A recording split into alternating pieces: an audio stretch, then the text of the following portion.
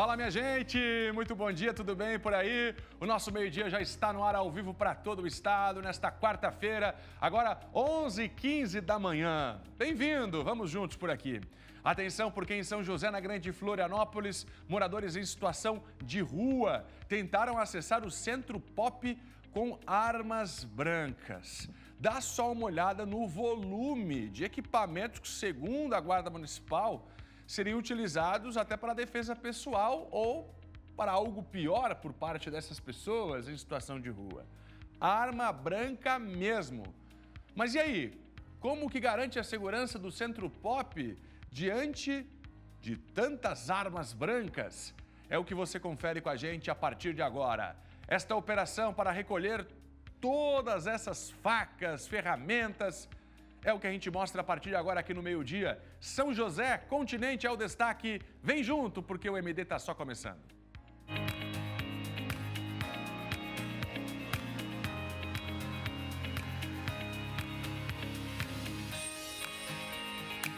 Onze h 16, me dá a imagem aí da quantidade de armas brancas que foram recolhidas pela Guarda Municipal.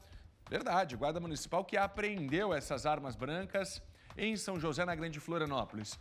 Gente, tem de tudo aqui. Tem alicate, tem faca, tem chave de fenda, tem pedaço de ferro. Tudo isso aqui, segundo a Guarda Municipal, esses equipamentos, essas ferramentas, são utilizadas por usuários de drogas, pessoas em situação de rua, para a defesa pessoal, mas existe sim a investigação, a suspeita de que essas armas brancas também seriam utilizadas para cometer pequenos crimes, furtos, arrombamentos, exatamente em São José. É uma ação para frear a ação desses criminosos. Na semana passada, você lembra, um carro foi levado. E aí, a Guarda Municipal, as forças de segurança de São José estão trabalhando intensamente para restabelecer a segurança na cidade e para impedir que esses criminosos ajam no arrombamento, no furto, no assalto. Vamos para lá? Quem chega com todos os detalhes é o Thiago Pires, está na cidade, está em São José. Uma resposta por parte da Segurança Pública do município depois daquele triste episódio que mostramos aqui do assalto seguido de sequestro. Thiago Pires, bem-vindo, bom dia. Bom dia, Fernando. Bom dia para você, para todos que nos assistem. Pois é, Fernando, é uma preocupação enorme, não só aqui de São José, mas de toda a região. Mas São José, depois que nós estivemos e fizemos uma ampla cobertura daquele caso que aconteceu, muitas pessoas procuraram pela nossa equipe que estava ali presente, pelo telefone, pelo WhatsApp, enfim, porque realmente não aguentam mais. E muitas dessas questões da preocupação realmente são envolvendo os moradores em situação de rua, que por vezes, inclusive, eles são bem agressivos, pedindo dinheiro, pedindo a esmola, não deixando a pessoa passar, sempre dando aquela influenciada a mais e realmente constrangendo principalmente mulheres e crianças. Então, isso tomou conta de um certo medo e receio aqui por parte da população de São José, porque está por todos os cantos, viu? Essa ação, a Guarda Municipal de São José postou uma foto com esses armamentos, essas armas aí, são armas brancas, que são sim, Fernando, utilizadas em várias situações de furtos, de ameaças, de brigas entre eles. Essas que estão sobre a mesa, que vocês viram, foram as que foram recolhidas só na entrada do Centro Pop. O Centro Pop é um local aqui da assistência social que realiza um excelente trabalho, fantástico trabalho de acolhimento, né, com alimentação, com conforto de dormitório, higiene, enfim. Só que esses moradores em situação de rua estavam portando estes equipamentos, esses objetos, essas armas. Por isso, a Guarda Municipal, não só na rua, nas abordagens, realiza isso, mas também realizou na entrada do Centro Pop. E aí, por surpresa ou não, foi encontrada essa quantidade enorme de armas junto com eles. E pode ser chamada de armas, sim, porque não só quando eles brigam entre eles, mas quando são utilizados contra a população, são armas. Imagina levar um ferro desse na cabeça, esses alicates para abrir portões, cortar grades, as facas, que podem ser uma ameaça num pequeno furto que a gente está cansado já de noticiar. Nós conversamos com a comandante da Guarda Municipal de São José, que atendeu a nossa equipe ontem. O Cleiton Ramos saiu do estúdio, foi até o local para conhecer e trazer essas imagens para a gente. E ela explica, né, essas ações que são realizadas aqui pela Guarda Municipal. Vamos ouvir. Esse trabalho onde a gente está no equipamento da assistência social, que é o Centro Pop, fazendo a revista naqueles usuários que adentram para o serviço, para o uso do equipamento, né, e para que a gente possa garantir tanto a segurança dos usuários, em primeiro momento, como a segurança daqueles que prestam o serviço, dos servidores públicos, para que tudo corra da melhor maneira possível, né, se tiver qualquer tipo de confusão, desentendimento, para que esses objetos que possam causar qualquer tipo de uma situação pior, né, lá dentro do serviço, do equipamento público, possa ser sanado. Agora, Fernando, onde é que se consegue esses equipamentos? É claro que muitos deles são de furto, mas a grande maioria são encontrados no lixo. Por isso nós ouvimos a comandante, que também tratou sobre essa questão do descarte, da importância disso. Vamos ouvir. Às vezes o que é inservível na nossa casa e que a gente joga fora e descarta, para a população em situação de rua que passa, né, muitas vezes mexendo ali no lixo, é um material importantíssimo até para que foi facilitador, né, do cometimento de crimes e outras situações delituosas. Fernando, ações como essa, e com a palavra aí da comandante, mostram que o descarte desse tipo de material não pode ser no lixo. Olha onde eles chegam, né? Então, é importante esse relato, importante informar de que sim, foram encontrados com esses moradores em situação de rua, e se a população não ajudar, não descartando tudo isso, quem sabe a gente consiga diminuir esse número de equipamentos, de objetos e de armas que são encontradas com eles para uso, inclusive, de ameaças, furtos aqui no município de São José. É lamentável, é triste, mas é a realidade. É um arsenal, como está escrito aí, um arsenal de arma que pode ser usado realmente, pode e está sendo usado para o mal, Fernando. Enche tela com esse volume de armas brancas que foram capturadas, apreendidas, recolhidas pela Força de Segurança da cidade de São José, a Guarda Municipal. É muita arma branca, minha gente. Aí tem machadinha, tem faca, tem alicate. Tudo isso provavelmente estava sendo utilizado para esses arrombamentos, esses furtos que a gente tem assistido. Sabe por que é assistido? Porque tudo está sendo flagrado pelo circuito interno das casas, dos prédios, dos estabelecimentos comerciais, e essas imagens estão circulando. Nós mesmos já mostramos aqui inúmeras vezes. Agora, a ação tem que ser ostensiva para acabar com essa farra de arrombamentos e furtos que vem acontecendo. Isso, na opinião dos moradores. Quem reclama é a comunidade, quem cobra é a comunidade. E lá está o nosso Thiago Pires para mostrar. Então, operação que avançou, bom trabalho, agora é entender se vai ter resultado, se vai interferir, se vai refletir de forma positiva nos números da segurança pública do município. É São José na sua tela, Grande Florianópolis. Alô, meu continente! Thiago, pode rodar que daqui a pouco eu te chamo novamente de um outro ponto da Grande Florianópolis. Atenção, teve homem morto na Grande Florianópolis com disparos de arma de fogo. Deixa eu ver. 40 quilos de drogas são apreendidos em uma operação do BOP na Grande Florianópolis. A ação aconteceu no bairro Forquilha, em São José. Os agentes localizaram 22 quilos de crack e 19 quilos de cocaína, além de uma balança de precisão utilizada na prática do crime. Os suspeitos detidos são um homem de 27 anos, natural de Santa Catarina, que já possuía diversas passagens policiais por porte ilegal de arma de fogo, furto e tráfico de drogas, e uma mulher de 31 anos, natural do Pará, sem antecedentes criminais. Um engavetamento envolvendo 3 veículos foi registrado no começo desta manhã na capital. O acidente aconteceu na Beira-Mar Norte, sentido centro. A faixa da esquerda ficou interditada para atendimento da ocorrência e uma lentidão no trânsito se formou na rodovia. Não há informação sobre o estado de saúde dos envolvidos. Último dia da van da vacinação na Universidade Federal de Santa Catarina. A unidade estará atendendo até às 17 horas de hoje, no hall de entrada da reitoria na Trindade. São ofertadas todas as vacinas do calendário nacional de vacinação, incluindo a de influenza e Covid-19, para toda a comunidade. A ação de vacinação faz parte da campanha Abril Verde. Vamos lá, minha gente, com você até umas 5 da tarde.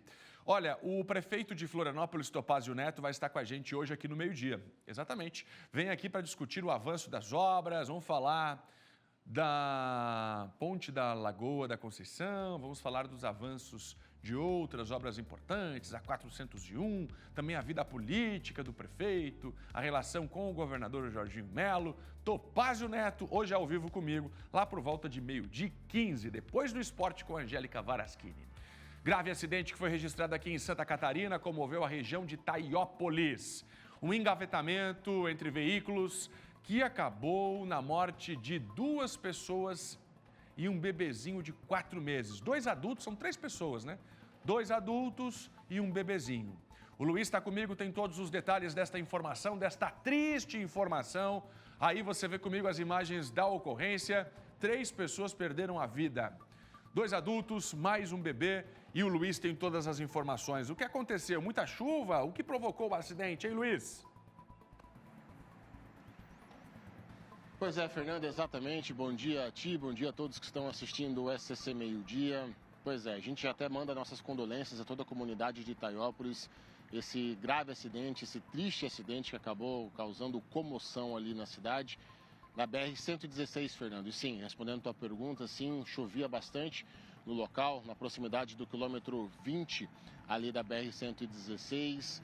Um acidente que acabou envolvendo vários veículos, né? Segundo informações, o motorista de uma carreta acabou perdendo o controle, não conseguiu frear a tempo por conta dessa forte chuva e acabou então atingindo outros 7 veículos que estavam parados no quilômetro 20 ali da BR-116.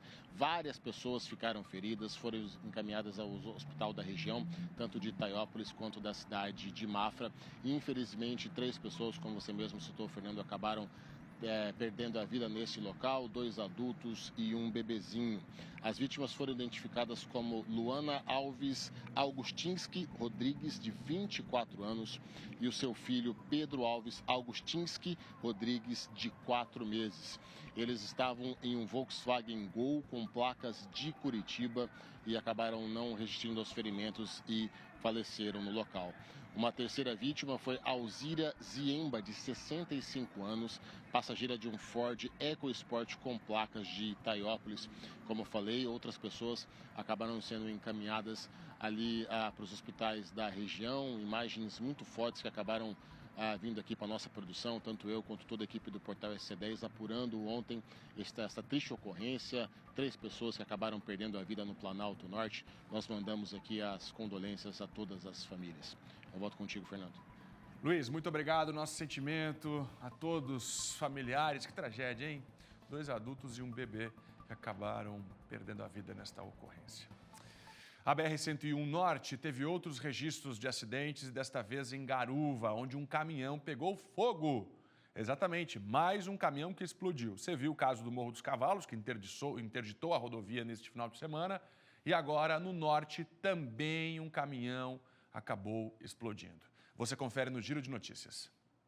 Um incêndio de grandes proporções foi registrado na BR-101 em Garuva. Um caminhão carregado de resina de pinos com placas de Araranguá, do sul do estado, explodiu e um enorme incêndio se formou por volta das 4 horas da manhã desta quarta-feira. A via foi liberada por volta das 7 horas da manhã e ninguém se feriu. Um atropelamento foi registrado na BR-280 em Araquari. Na madrugada desta quarta-feira, por volta das 5h40 da manhã, o fato aconteceu próximo ao Colégio Agrícola. A colisão envolveu uma motocicleta CG 160 e um pedestre, que acabou falecendo no local. O motociclista de 43 anos sofreu diversos ferimentos e foi encaminhado ao PA de Araquari. Um capotamento foi registrado em Joinville na manhã desta quarta-feira, no bairro Guanabara, por volta das 6 horas da manhã, na rotatória do parque da cidade. O motorista acabou perdendo o controle de seu veículo e saiu da pista. O trânsito ficou lento na região. Não houve registro de vítimas. A Polícia Civil de Santa Catarina realizou uma operação na manhã desta quarta-feira para dar cumprimento ao mandado de prisão e 2 mandados de busca e apreensão contra integrantes de um grupo criminoso que assaltava residências. Um dos crimes teria ocorrido na manhã do dia 29 de outubro de 2024, no bairro Pirabeiraba, na cidade de Joinville. Os criminosos invadiram uma chácara portando armas de fogo após agredirem 2 idosos e subtraíram uma expressiva quantia de dinheiro. Na manhã desta quarta-feira, outro criminoso foi preso, desta vez no bairro Jardim Paraíso. Atenção, vamos direto a Blumenau agora, porque o assunto é combate ao tráfico de drogas. No Vale do Itajaí, 2 homens foram presos pela Polícia Civil. Um deles era foragido da justiça. O outro tentou engolir a droga para se livrar do flagrante. Tem que ter coragem, hein? PC, ô PC, conta pra gente. Tráfico de drogas na mira da polícia, investigação avançando e teve criminoso engolindo droga, hein? Engolindo droga. Olha, para partir dessa para uma melhor, é um piscar de olhos. É só estourar a buchinha. Diga lá, meu caro, bom dia.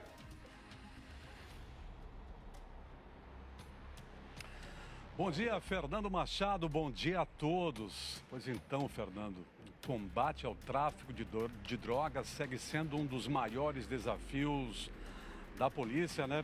Comércio de cocaína, de crack, de maconha, que movimenta milhões, é lucro fácil, fortalece o crime organizado, devasta a sociedade, potencializa a insegurança. E a polícia segue, né? Cumprindo a sua missão por aqui, né? Muitas vezes enxugando o gelo, e desta vez 2 homens foram presos, suspeitos de praticar tráfico de drogas na região de Indaial e Blumenau. A gente tem as imagens da dupla no momento em que a dupla é presa. Segundo investigação policial, eles armazenavam cocaína, crack e maconha em uma residência alugada, um imóvel que fica na região do bairro Incano, em Indaial, Fernando Machado.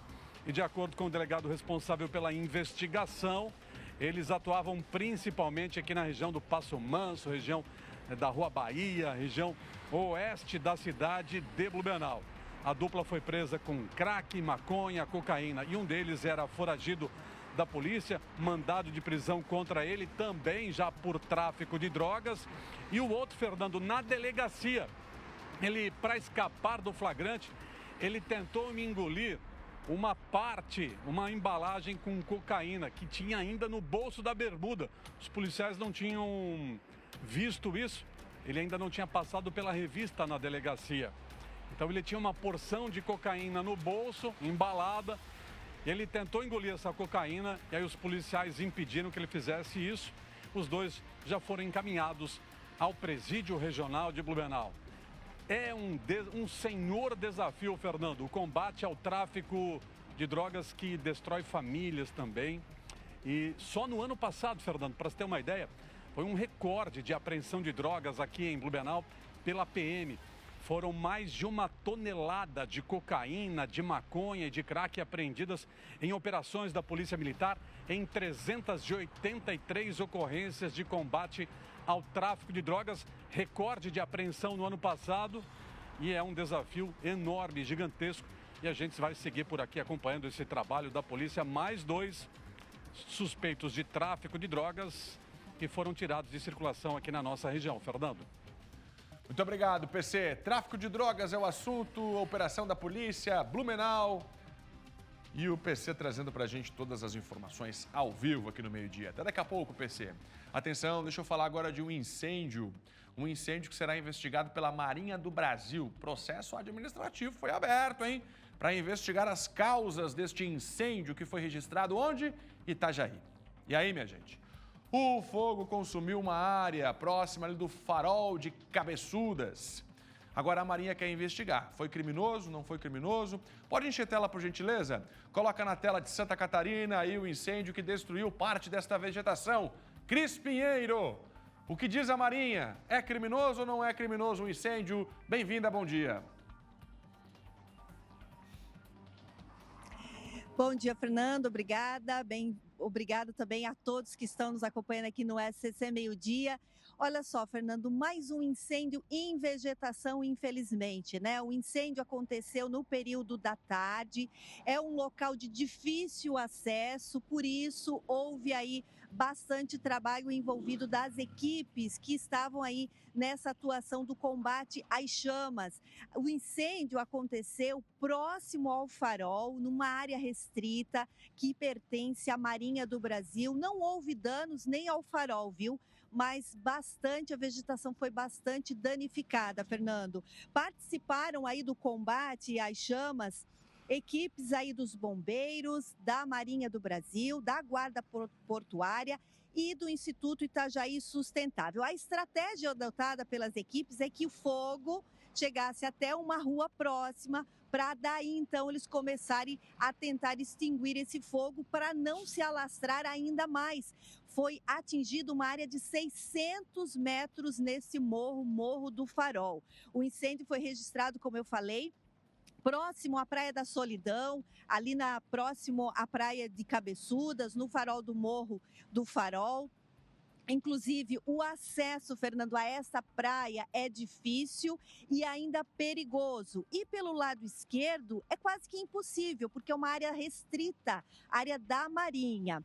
Foi, como você falou, instaurado um processo administrativo para apurar as causas, circunstâncias e responsabilidade ao acidente, assim como para fazer um levantamento dessa área afetada. A conclusão do procedimento está prevista para até 40 dias e pode ser prorrogada após a finalização. Aí sim é que vai ser adotadas aí as medidas cabíveis. Reforçando, não houve feridos, nem danos no farol, apenas a vegetação ficou bastante danificada e a área, nesse momento, está isolada pelo INES. A Defesa Civil reforça, inclusive, que esse tipo de incêndio geralmente é causado por ação humana e é uma ameaça ao meio ambiente, ao ser humano e também à fauna local.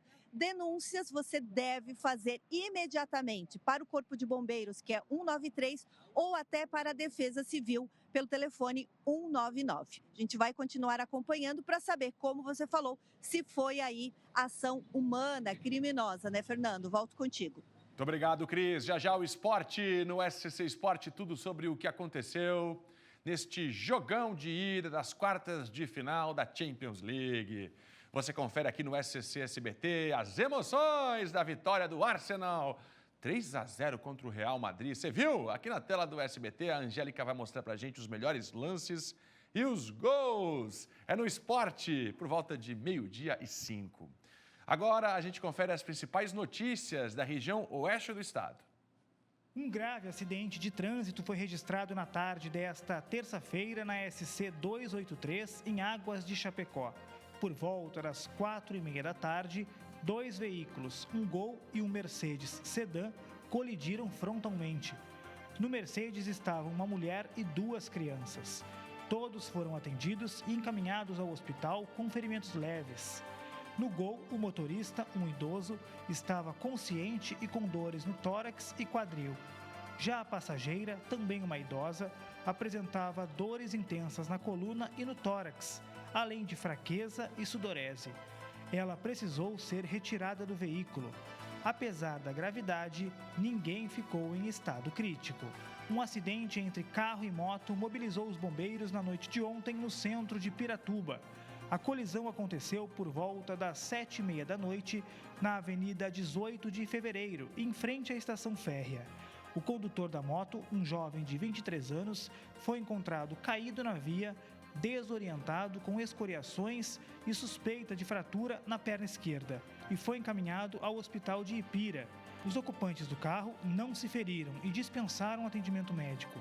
As causas do acidente não foram divulgadas e devem ser investigadas. Foi velado em Chapecó e será cremado em Erechim, no Rio Grande do Sul, o motociclista Edemar Elias Grando, de 51 anos, vítima de um grave acidente na SC 157 em Cordilheira Alta, no oeste. Ele pilotava uma motocicleta quando colidiu frontalmente com um Fiat Palio em uma curva da rodovia, sob chuva. Segundo a Polícia Militar Rodoviária, a suspeita é de que ele tenha feito uma ultrapassagem proibida, o que pode ter causado o acidente. A pista molhada também pode ter contribuído para a colisão. A passageira do carro, uma jovem de 24 anos, teve ferimentos leves e foi encaminhada ao Hospital Regional do Oeste.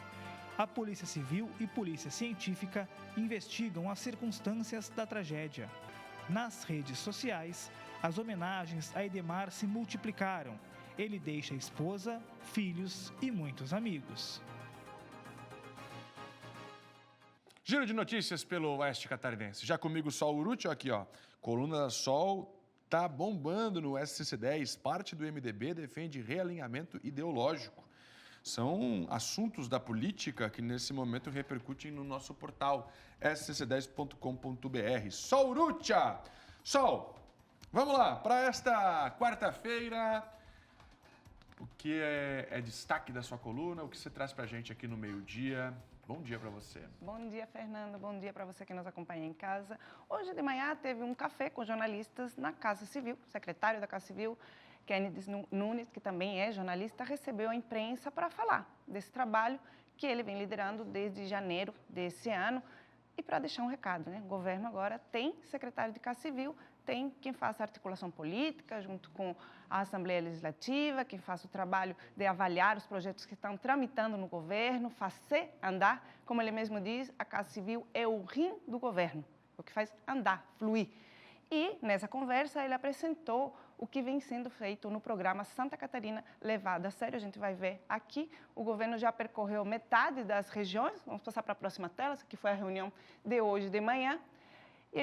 O governo já percorreu metade das regiões no programa Santa Catarina levado a sério, que é quando o governador visita os municípios, visita as regiões e reúne-se com os prefeitos das cidades de cada região para entender as dores, as demandas, as necessidades e conversar olho no olho com cada prefeito. E o secretário colocou para nós a preocupação do governo com relação às prefeituras, os novos gestores. Dos 295 municípios, 203 são comandados por novos prefeitos. E olha esse número, 103 nunca esteve sentado num cargo público. São lideranças políticas que não vêm da política e que se tornaram prefeitos, empresários, de associações comerciais, de diferentes áreas da sociedade que pela primeira vez ocupam cargos públicos na condição de prefeitos e enfrentam aí a dificuldade dos novos mandatos dessa gestão nas suas cidades. Até maio, o governo deve concluir a visita a todas as regiões. E as prioridades têm sido principalmente a questão de maquinários e questão financeira. Segundo o secretário da Casa Civil, a maior parte das cidades catarinenses enfrenta sérios problemas financeiros, frutos de herança de gestores anteriores. E isso é uma preocupação e a importância do governo estar junto, olho no olho, como diz o secretário, com os municípios. Estrada Boa, o projeto do governo, tem 47 obras simultâneas em andamento, mas o secretário anunciou que no final do mês de maio deve lançar o programa Estrada Boa Rural, que é um pedido dos prefeitos, vamos ver na próxima tela, para que aquelas estradas vicinais que passam pelos municípios também recebam a atenção do governo. São pequenas estradas, pequenos trechos que não estão asfaltados, que passarão a ter um olhar diferenciado do governo a partir de maio, quando será lançado, então, o Estrada Boa. Por região, dentro do que já foi visitado pelo governador Jorginho Melo, as principais necessidades em Santa Catarina são maquinário na região oeste, obras estruturantes no norte, saúde e educação no sul e questão financeira pegando forte no Alto Vale. Alto Vale que sofreu também com enchentes no final do ano passado e que agora precisa se recuperar e o governo do estado precisa estender a mão. Outra situação que o secretário da Casa Civil apresentou para os jornalistas é um novo modelo de gestão de projetos. Na próxima tela, eu explico para vocês. Saneamento, presídios, moradores de rua, o próprio projeto Estrada Boa, eles têm um novo modelo de gestão com participação mais ativa da FECAM, ou seja, ouvir os prefeitos primeiro, desenvolver os projetos em conjunto para depois enviar para tramitação interna no governo quando necessário na Assembleia. Isso para que não ocorram problemas como no ano passado, quando o governo enviou o projeto de saneamento básico, do novo modelo de saneamento para a Assembleia Legislativa, e a FECAM e outras entidades reclamaram que não foram ouvidas. Prefeitos sendo ouvidos para que os projetos, de fato, atendam à necessidade dos catarinenses. Sol Urrutia, daqui a pouco ela está de volta comigo. Vamos receber em instantes o prefeito de Florianópolis, Topázio Neto, aqui nos nossos estúdios. Então, até daqui a pouquinho. Sol, muito obrigado por hora. O CAPES 3 de Criciúma foi reaberto em um novo local. O atendimento é 24 horas à população. Quem vai contar pra gente é a Emanuela Justino, que está ao vivo lá em Criciúma com todos os detalhes. Ei, Manu! Que novo endereço é este, Emanuela Justino? E quais são os serviços oferecidos à população aí no CAPES 3? Bom dia. Oi, Fernando. Bom dia para você, bom dia para quem nos assiste. Agora fica aqui no centro de Criciúma, Rua 15 de Novembro, número 205. É um local mais acessível, né? Perto de parada de ônibus, enfim, para o pessoal poder ter esses atendimentos do centro, então, de assistência psicossocial aqui em Criciúma. Essa é a unidade 3. Antes era no bairro Vera Cruz, aqui em Criciúma, que é um pouco mais retirado. E a gente está aqui em frente à unidade, então, que oferece esses atendimentos, né, para pessoas que têm transtornos mentais graves e persistentes. O atendimento aqui é 24 horas por dia, inclusive domingos e feriados. Essa sede, né, tem 4 andares, como a gente está vendo, realmente é muito grande. É 5 vezes maior do que a unidade que era lá no bairro Cruzeiro do Sul. Então, esses atendimentos são oferecidos para adultos aqui nessa unidade a partir dos 18 anos. E assim, a pessoa que precisar de algum atendimento psicológico, atendimento psiquiátrico, basta vir aqui direto. Então, não precisa ter nenhum tipo de encaminhamento, requerimento, basta vir aqui. A pessoa vai ser atendida. Aqui também tem um local, né, com 5 leitos. Então, se a pessoa tiver a prescrição de internação, aí nesse caso tem que ter a prescrição médica, dá para ficar até 15 dias internado aqui. Aí tem o atendimento multiprofissional, né, que não é só o atendimento psicológico e psiquiátrico, por exemplo, mas é uma série de profissionais que faz esse atendimento aqui na unidade CAPS 3, que foi inaugurada nessa semana. Justamente foi ampliado para atender a população aqui de Criciúma, né? Criciúma tem mais de 200 mil habitantes, então agora acabou ampliando 4 andares desse atendimento aqui. Além desse serviço que é oferecido aqui no centro de Criciúma, né? Só reforçando, na rua 15 de novembro, número 205 aqui no centro, também tem o CAPS 1, que é o atendimento voltado às crianças e adolescentes até 18 anos. Essa unidade fica no bairro Vera Cruz, na rua Uruçanga. Também tem uma outra unidade do CAPS AD, que é voltada para o atendimento a pessoas que têm dependência química. Então, essa unidade fica no bairro Santa Luzia, fica no antigo posto de saúde, né? O posto de saúde se mudou, então é nessa mesma estrutura. E o CAPS 2, então, fica no centro, no bairro Michel, né? Que é o centro de especialidade e assistência social e também atendimento psicossocial, fica no bairro Michel, na rua Madre Teresa, número 446. E essa aqui, então, é a unidade CAPS 3, que inaugurou essa semana, reforçando o atendimento 24 horas, domingos, feriados também. Quem precisar desse atendimento psicológico e psiquiátrico, basta chegar aqui na unidade, no centro de Criciúma. Volto contigo aí no estúdio. Recado dado, muito obrigado. Deixa eu ver a imagem do túnel. Tem o túnel aí, não? Ainda não tem, mas vamos ter, é isso? Hoje a gente discute o túnel do Morro dos Cavalos aqui no meio-dia. Nossa reportagem foi ouvir autoridades, lideranças políticas, gestores públicos. Existe ou não existe a viabilidade de uma estrutura desta ser erguida ali na região do Morro dos Cavalos? A gente sabe que é uma região de morro, tem a preservação ambiental, a preservação indígena com os povos originários que vivem por ali. Então a pergunta é, tem viabilidade? Poderá ser erguido o túnel? O que está faltando para isso? É ou não é a solução para esse trecho gargalo que é da BR-101 Morro dos Cavalos? É ou não é a solução para esse gargalo? Um túnel? Santa Catarina, está cobrando? Qual é o papel do Estado na execução dessa obra? Já já a gente mostra tudo para você. Se você tem enfrentado filas ou dificuldades na BR-101 Morro dos Cavalos, morador, turista, caminhoneiro, fique comigo. Já já a gente entra nesse assunto. Túnel do Morro dos Cavalos. Lembra do caso do homem que morreu em Lages depois de ser liberado do atendimento na UPA? A gente conversou com a família. Esse caso ganhou grande repercussão aqui em Santa Catarina, quando um homem recebeu atendimento na UPA e foi liberado. Foi liberado. O problema é que o homem morreu minutos depois.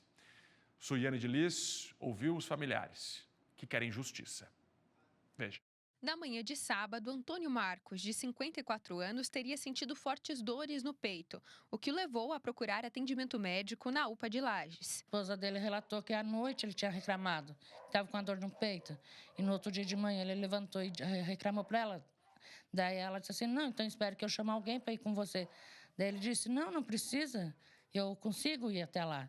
Ele pegou a bicicleta e foi. Logo ao sair da UPA, a cerca de 2 quilômetros, ele passou mal e o corpo de bombeiros foi acionado. Ele saiu e daí no caminho ele se sentiu mal, desceu da bicicleta Daí pediu por ajuda, só que daí não deu tempo, né? Marcos teria relatado sentir novamente dores no peito, até que desmaiou e teve uma parada cardiorrespiratória, que o levou a óbito.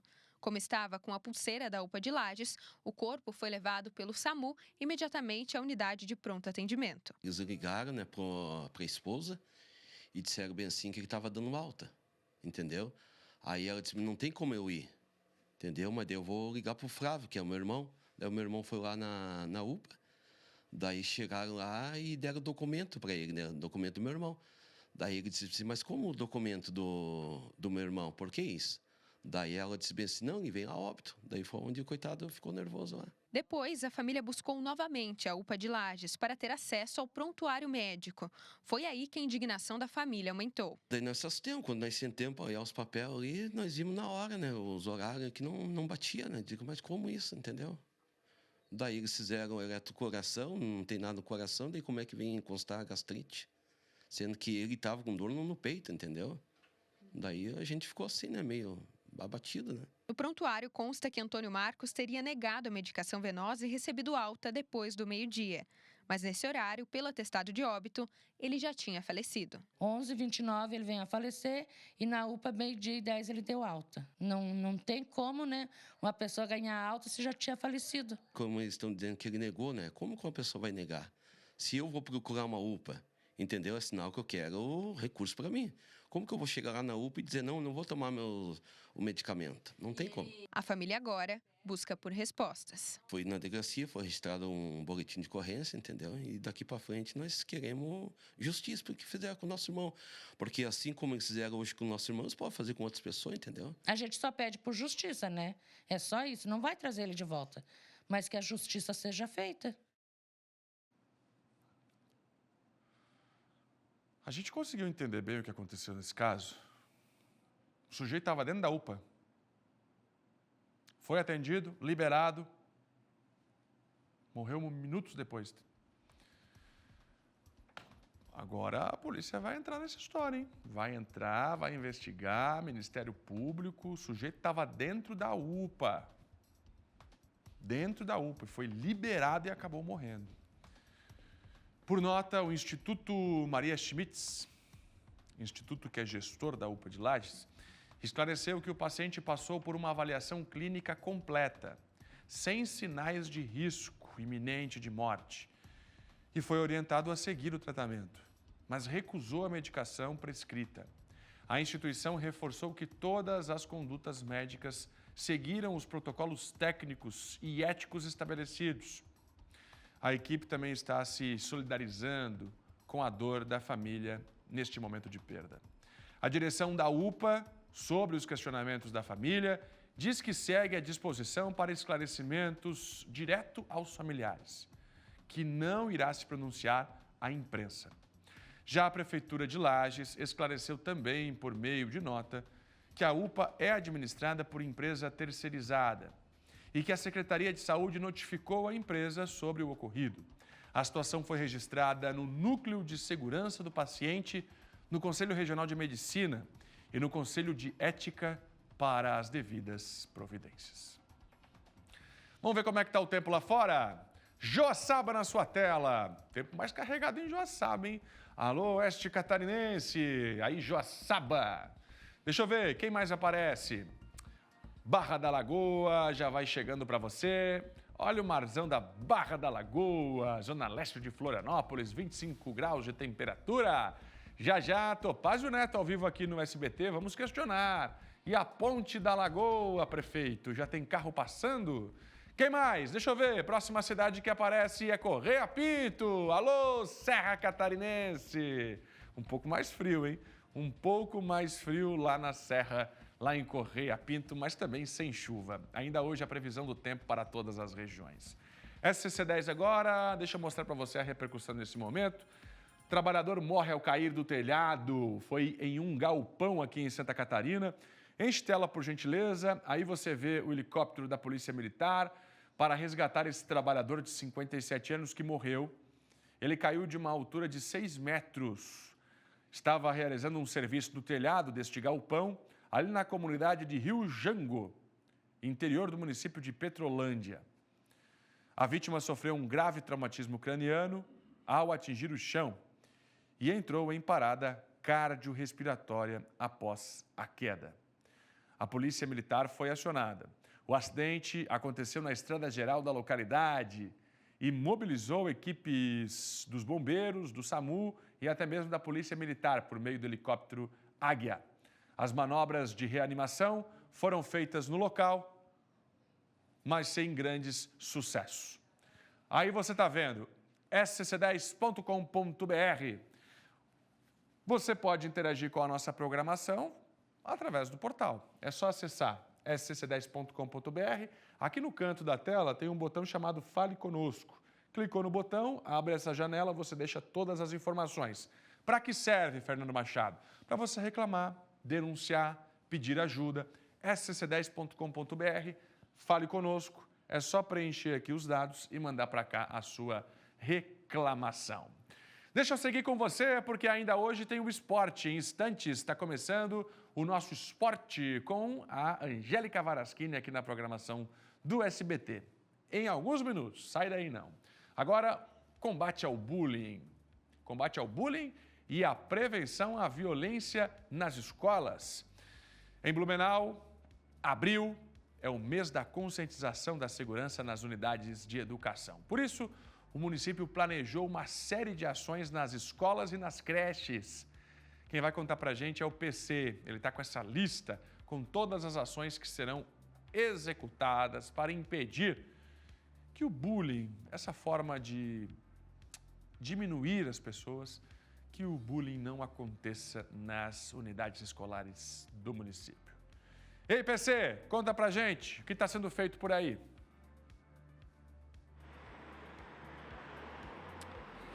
Conto sim, Fernando Machado, reforçando, abril, mês de conscientização da segurança nas escolas. A missão é garantir um ambiente escolar mais seguro e acolhedor.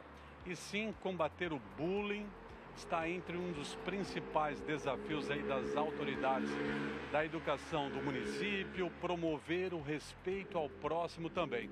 Por isso, uma série de ações estão programadas, estão previstas aí na programação deste mês de conscientização sobre a segurança nas escolas. Você falava sobre a lista das ações e elas estão definidas, foram estabelecidas também de acordo com a faixa etária dos estudantes, as faixas etárias, entre as ações previstas no ambiente escolar, Fernando. Programação prevista para creches e escolas da cidade estão a produção de cartazes, momentos de musicalização, rodas de conversa e palestras também para debater o respeito ao próximo, para tentar combater esse mal que é o bullying, a humilhação ao outro, e também com foco principal em temas como cuidado com o próximo e prevenção à violência. A iniciativa pretende fortalecer a cultura de um ambiente de paz nas escolas, Fernando, e também para a construção dos valores fundamentais para a convivência entre alunos, professores e comunidade escolar. Então, professores, estudantes, famílias e profissionais convidados estarão todos envolvidos durante todo o mês marcado para reflexões, para esse debate importante e para combater o bullying e fortalecer o respeito ao próximo. São ações aí da Secretaria Municipal de Educação. Falar sobre segurança nas escolas é sempre um desafio e eu volto com você, Fernando Machado. Do alerta importante também é um fato para que as famílias em casa discutam esse tema e orientem as crianças também. A gente sabe que um bullying aplicado lá na primeira infância, na adolescência, isso vai ser levado para o resto da vida por quem sofreu, por quem sentiu. E isso tem a ver com comportamento humano. Comportamento humano tem a ver com relações. Relações tem a ver com a comunidade. Olha aí, história lá na frente, crescimento no mercado de trabalho, desenvolvimento econômico das cidades, saúde pública, educação pública e segurança pública. Negócio tão simples, né? Parece tão simples. Olha para onde que vai. PC, obrigado. Obrigado pela informação, fica de olho no caso aí, volte sempre que precisar. O Procon de Lages realizou um levantamento sobre o preço do Pinhão. A safra começou agora em abril. Você já comeu um pinhãozinho, não? Hein, Roberto Azevedo? Já chegou um pinhãozinho aí na sua casa, Roberto Azevedo? Ainda não? Tá liberado, viu? O pinhão tá liberado para colheita e para comercialização. E essa pesquisa de preço, Fernando Machado, apontou o quê? Apontou uma variação de até R$ 7,00 no quilo do pinhão lá em Lages da Serra. Ou seja, tem estabelecimento vendendo R$ 7,00 mais caro do que o preço mais em conta encontrado. Por isso, a Suiane de Lis está chegando comigo com todos os detalhes ao vivo, ela tem as explicações. Onde que encontra o pinhão mais barato, hein, ô Suiane de Lis? Onde que encontra? Bom dia, Fernando, para você, para todo mundo que está nos acompanhando no SCC Meio-Dia. A gente veio aqui até o Mercado Público de Lages, onde você esteve aqui até mesmo procurando o pinhão, né? Porque agora já chegou, desde o dia 1º de abril, então já está sendo comercializado aqui na cidade, na região. E aqui o Mercado Público é um desses locais que tem, então, o pinhão sendo comercializado. Essa pesquisa do Procon foi realizada aqui em Lages, então um levantamento aí sobre o preço do quilo do pinhão em 5 supermercados e um atacadista aqui da cidade. A pesquisa apontou então essa variação de R$ 7,00. O preço mais barato encontrado foi de R$ 9,99 o quilo do pinhão e o mais caro de R$ 16,99. Por isso eu vou perguntar aqui para saber quanto que está o pinhão aqui no Mercado Público. Oi, bom dia. Então, nosso pinhão está custando R$ 13,90 o quilo. É o início da safra, então um pinhão mais maduro. Temos lindas pinhas, olha, pinhas grandes. Os pinhões estão prontos para fazer na chapa, assim é mais saboroso, né? Olha que lindos. E aqui na nossa fruteira Decos Maçã você encontra outras variedades de frutas e verduras também. Tá certo, então o pinhão já está disponível aqui no Mercado Público R$ 13,90. E aí tem outros locais, né? Essa variação mais barata aqui em Lages foi encontrado R$ 9,99. Além disso, também tem a venda, né, de pinhão cozido, moído e também descascado. Esse foi encontrado desde R$ 39,99 o quilo até R$ 44,99. E essa alta de preços, né, apontada aí nessa pesquisa do Procon aqui de Lages, é devido à baixa produção de pinhão nesse ano, a baixa colheita, né? A gente já trouxe essa informação aqui no SCC Meio-Dia, de acordo com o EPAGRE. Nesse ano, a colheita, a expectativa de colheita deve ser 35% menor que a do ano passado. E aí, então, com menor oferta de pinhão, o custo fica mais alto. É melhor para os produtores, né? Porque tem um custo melhor, um maior valor agregado, mas para nós, consumidores, o preço fica mais ardido, né? Volto com vocês. Muito obrigado. Aí está a Suiane de Lis. O pinhão ganhando a tela de Santa Catarina. Tá liberado, meu amigo. E tá bonito esse pinhão aí, hein? Tá bonito esse pinhão. Tá novinho, né, gente? Pinhão novinho. Tá chegando agora. Coisa boa. Pesquisa para não pagar mais caro. Tem estabelecimento vendendo R$ 7,00 mais caro o quilo. Imagina você que vai comprar 5, 10, 20 quilos. Pinhão chegou. E vem aí a festa. Estamos no aguardo da Festa Nacional do Pinhão. O Meio-Dia vai seguir com outras notícias, mas antes, tudo do esporte. Vem aí Angélica Varaschini.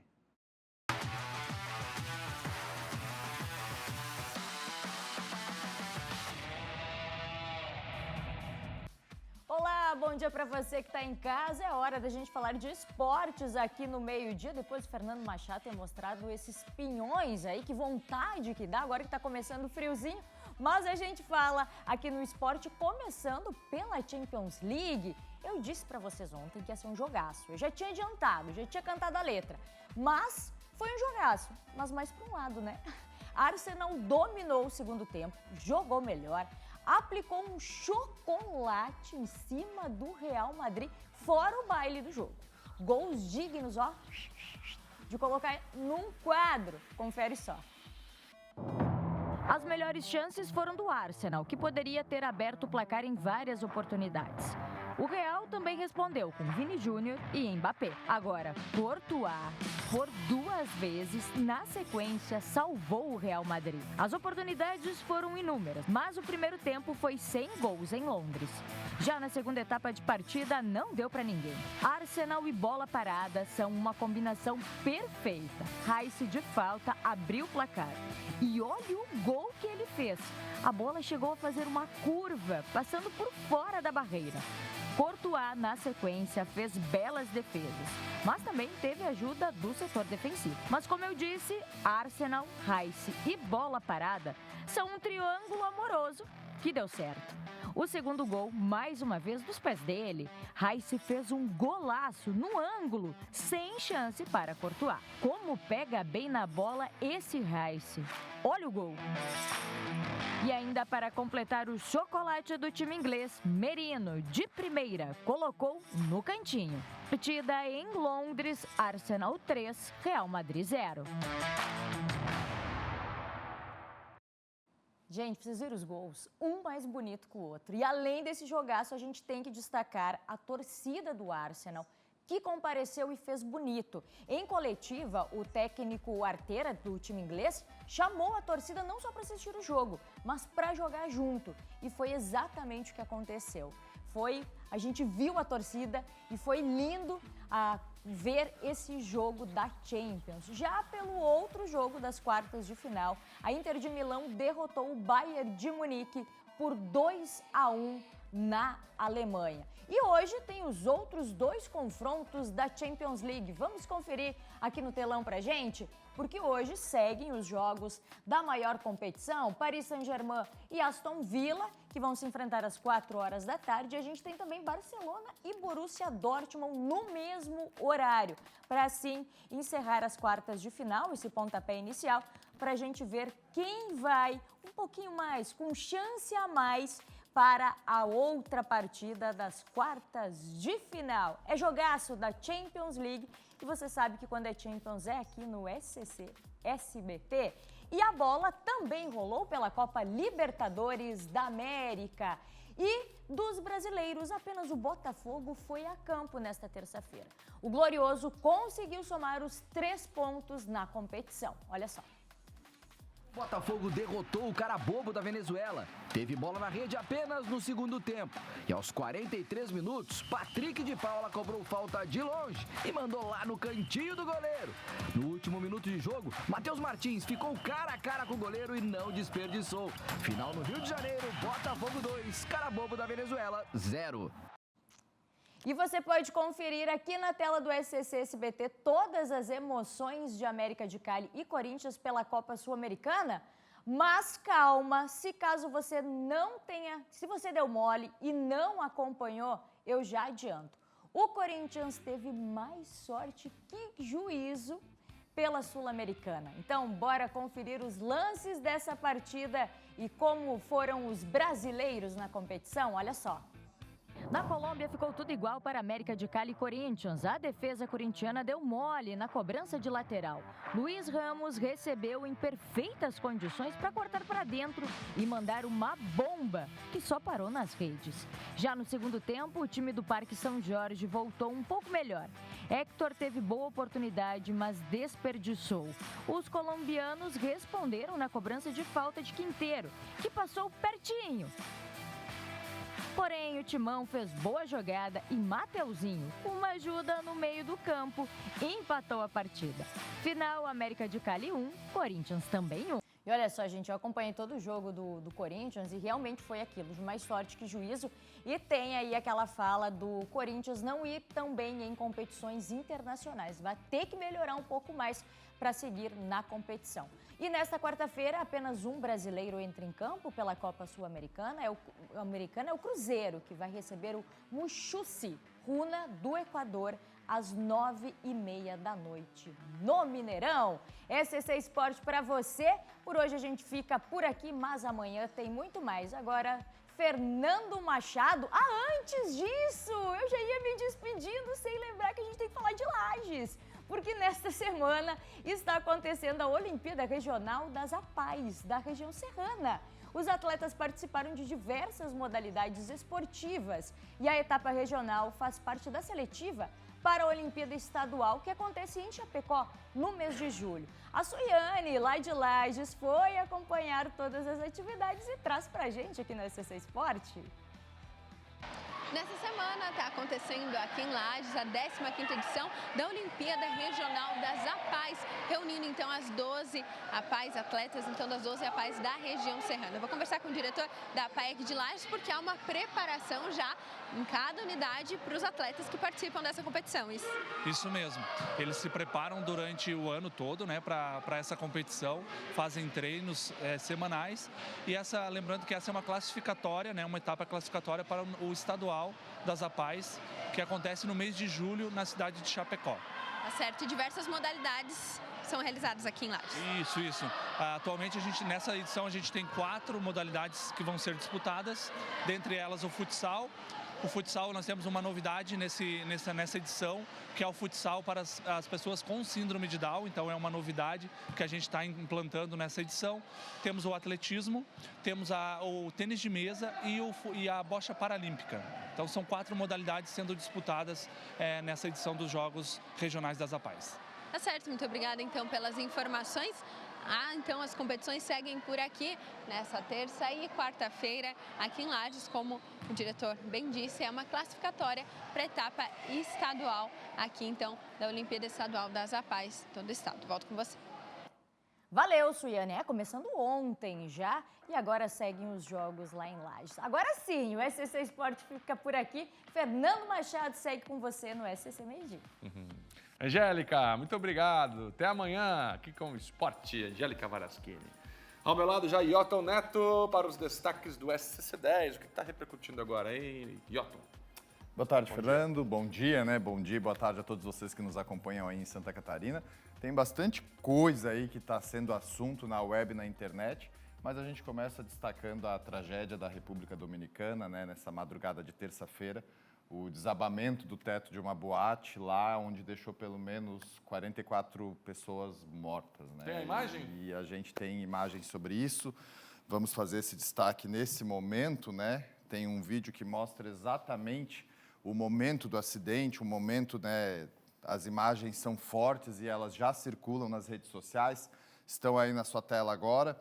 Né? Isso aconteceu na manhã de terça-feira e deixou pelo menos 44 mortos e 160 feridos. Né? E entre as vítimas fatais tem uma governadora da província de Monte Cristi e também a irmã do jogador de beisebol Nelson Cruz. Né? A gente vê aí um apagão no momento em que realmente tem uma pessoa se apresentando no palco, quando acontece aí o desmoronamento, o desabamento do teto e se perde a imagem, se perde as informações. As equipes de resgate estão trabalhando até agora para tentar identificar e buscar as pessoas as que estão desaparecidas, que estavam curtindo a boate.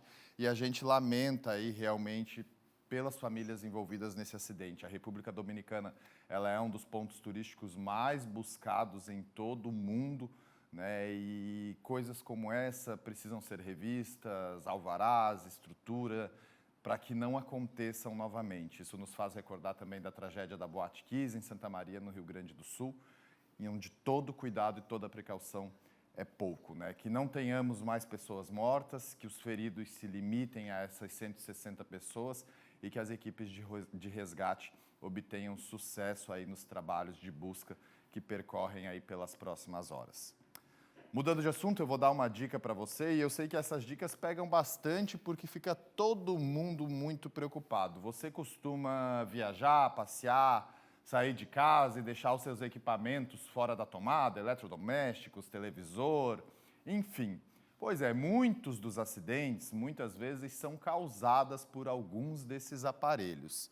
E o SCC10 trouxe uma dica de especialistas de 5 aparelhos que você deve tirar da tomada sempre que sair de casa. É uma medida preventiva, claro, para evitar novos acidentes. Acesse o scc10.com.br para ver que aparelhos são esses. Mas são aparelhos que a gente usa diariamente. Pode parecer exagero, sim, mas deixar eles nas tomadas, segundo os especialistas, é sempre um risco.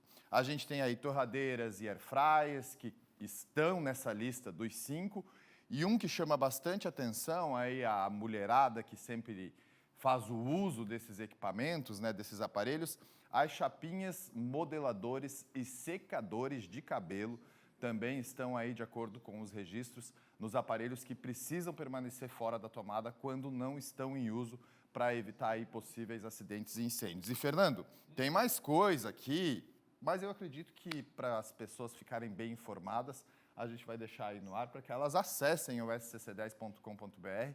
Isso está já na capa do portal SCC e descubra, né, quais são esses 5 aparelhos, e prevenção nunca é demais. Obrigado. Neto, scc10.com.br. Logo mais aqui na programação tem o Tá Na Hora Santa Catarina com o Cleiton Ramos e a Júlia Matos. Fernando Machado e Maria Esther, que prazer aparecer aqui no SCC Meio-Dia para convidar esse público maravilhoso do SCC SBT para conferir o Tá Na Hora Santa Catarina desta quarta-feira. Destaques de todo o estado catarinense, reportagens junto à comunidade e um projeto lindo de estudantes que produzem itens que auxiliam mulheres em tratamento contra o câncer. É a partir das 18h30, grudadinho no Datena. Eu e o Cleiton Ramos esperamos vocês, não vai perder! Júlia Matos, 18h30, tá na hora. Vou fazer um rápido intervalo aqui no meio-dia, já já eu volto com outras notícias ao vivo e ainda hoje vou receber aqui nos nossos estúdios o prefeito de Florianópolis, Topázio Neto. Até já.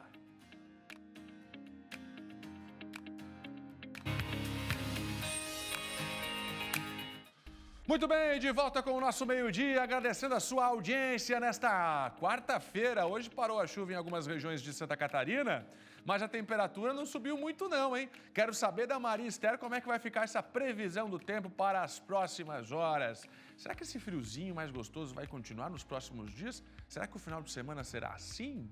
Hein? De muito filme debaixo da coberta, com pipoca e baixas temperaturas? Coisa boa, vem comigo. Olha, neste final de semana, um grave acidente trancou o Morro dos Cavalos na Grande Florianópolis. Mais uma vez, o Morro dos Cavalos teve o trânsito completamente interditado. Fernando, esse assunto é velho. Todo mundo já falou, Fernando. Já vi na Globo, já vi na Record. O que tu tá com esse assunto de novo aí, Fernando Machado? O que acontece é que nós vamos discutir agora a construção de um túnel. O SBT foi de novo nas autoridades cobrar. Nós vamos ficar assim mesmo, Santa Catarina? Nós vamos ficar assim mesmo, assistindo de braço cruzado? O presidente vem aqui de helicóptero, passa para um lado, passa para o outro, mas não usa o Morro dos Cavalos. Troca presidente, passa para um lado, passa para o outro, mas não encosta no Morro dos Cavalos. Até quando nós vamos ficar aguardando alguém lá de Brasília decidir por nós? Espera lá. E aqui? Não vai ser feito nada? Vai ficar por isso mesmo? Tem um projetinho que a gente está analisando, a viabilidade, e vai ficar por isso mesmo? Muito obrigado por esse teu projetinho de ficar analisando se tem viabilidade. Já foi, meu amigo, já foi. Quero nem saber se tem viabilidade ou não tem. Eu quero saber que alguma coisa tem que ser feita. O que vai ser feito aí é problema de vocês. Vocês que foram eleitos para isso. Agora o povo vai ficar nisso aqui? Dá uma chuva, cai um barranco, cai 2 montinhos de terra, fechou o Morro dos Cavalos. Acabou. Deu uma chuva, caiu uma árvore no acostamento, não tem acostamento, fecha o Morro dos Cavalos. É um acidente, o carro pega fogo, fecha o Morro dos Cavalos. O indígena faz uma manifestação, fecha o Morro dos Cavalos. O caminhão está carregado demais, tranca o trânsito, lentidão na subida, fecha o Morro dos Cavalos. Ah, para, pô. BR-101. Corta um dos estados mais ricos da federação. E nós vamos ficar por isso mesmo? Fernando, mas não tinha nada que o governo federal pudesse fazer. Ah, meu amigo, não tem uma válvula, não tem uma saída de escape no Morro dos Cavalos, não tem uma rota alternativa bem pavimentada ao Morro dos Cavalos, não tem um acostamento espaçoso para o caminhão esperar se der algum problema, ou para retirar o veículo que foi envolvido num acidente. Tem nada! Tem nada! Bom, vai entrar um VT agora, uma reportagem do nosso Thiago Pires, e o Thiago foi incisivo na cobrança. Nós vamos acompanhar agora a cobrança do SCC, do Thiago Pires. A gente quer saber, e o túnel? Cadê o túnel do Morro dos Cavalos? Cadê o túnel do Morro dos Cavalos? Pode soltar.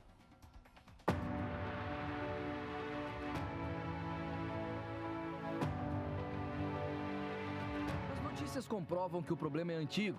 Esse é o Morro dos Cavalos, perigoso trecho da BR-101, distante cerca de 50 quilômetros da capital.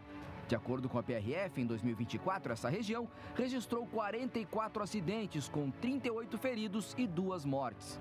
Fora as incontáveis interdições que acontecem no local diante dos perigos de deslizamento de terra. Neste domingo, a BR-101 voltou a ser palco de caos. Um caminhão de combustível explodiu no trecho do Morro dos Cavalos, em Palhoça, interditando totalmente os 2 sentidos da principal ligação rodoviária entre o sul e sudeste do país. O episódio reacende um debate urgente: a construção de um túnel na região. Uma obra prevista em projetos antigos, mas que ainda não saiu do papel. No dia 4 de dezembro de 2024, após uma reunião do Fórum Parlamentar Catarinense com o Ministério dos Transportes e representantes da NTT em Brasília, o então presidente do Fórum, deputado Valdir Cobalcini, comemorou a conquista de 15 bilhões de reais para as rodovias BR-101 e BR-116, em especial para obras novas, como a do túnel do Morro dos Cavalos. Segundo o atual presidente do Fórum, Pedro Czai, a palavra agora é prioridade. Estamos buscando uma solução definitiva para o Morro dos Cavalos.